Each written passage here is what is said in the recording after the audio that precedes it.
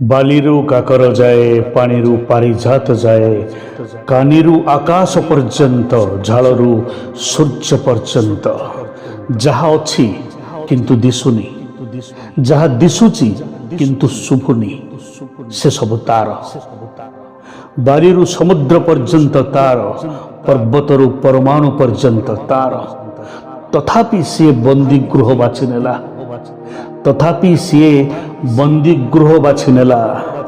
जने बंदीर जरायु को स्वीकार कला जन्म पूर्व मृत्युर निमंत्रण मिल सारिथिला निज रक्तर मामू काल साजी मुंडरे बसिथिला किंतु सी तो जीवन सब जीवर जीवार कारण बंदी गृह केमिति रोकी थांता ताकू द्वारपाल केमिति जगी थांते ताकू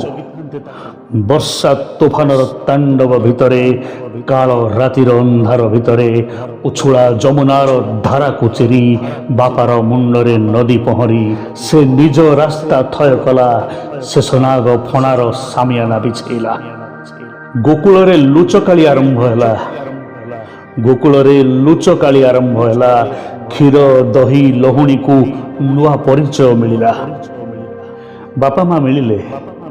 बापा माँ मिलिले किंतु बापा माँ भूलिले उपहार आसिला मामू घर पुतना आसिला मामू घर गाँव से क्षीर संगे जीवन भी शोषी नेला मामू को खबर मिलिला पुतना गोकुल रे सोईगला अगणित अभियोग ताको रोकी पारि नाही अगणित अभियोग ताको रोकी पारि नाही एबे एठी थिला पुणी कुआडे गला से बोलुथिला लहणी चोरे से लहणी चोराए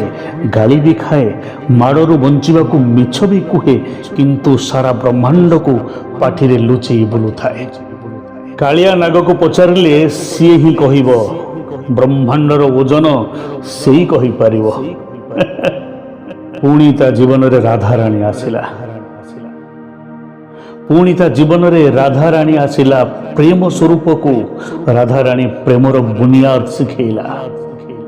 सी पुणी एमिति प्रेम कला एमिति प्रेम कला सृष्टि रे प्रेमर स्वरूप बदलाई देला प्रेम को किछि लोड़ा नहीं प्रेम को किछि लोड़ा नहीं केवल देवा शिखी गले प्रेम रुहे जी जीवन सारा सी केवल सैया कला ताकू जीए जेमिति खोजिला सी से रूप में मिलगला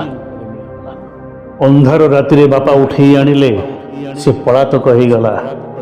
जीवन दिशला राधा को ता भितरे से प्रेमिक साजिला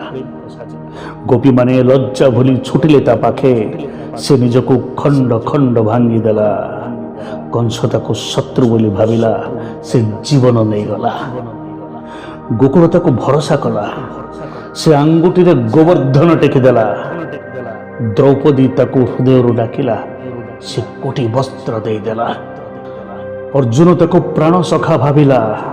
से सारथी हे गला रथ चलेला दुर्योधन ताको अपमान कला से वंशनाश करदेला से जने मात्र योद्धा जी युद्ध अटके गीता शुणेला सी प्रथम पुरुष जी त्याग शिखेबा को राधा को छाड़देला सी एकमात्र अवतार जी निज को निर्वंश करदेला अकाल मृत्युर अभिशाप बोहिला सी एकमात्र वीर जी हाथ रे चाबुक धरी महाभारत युद्ध जितेइथिला।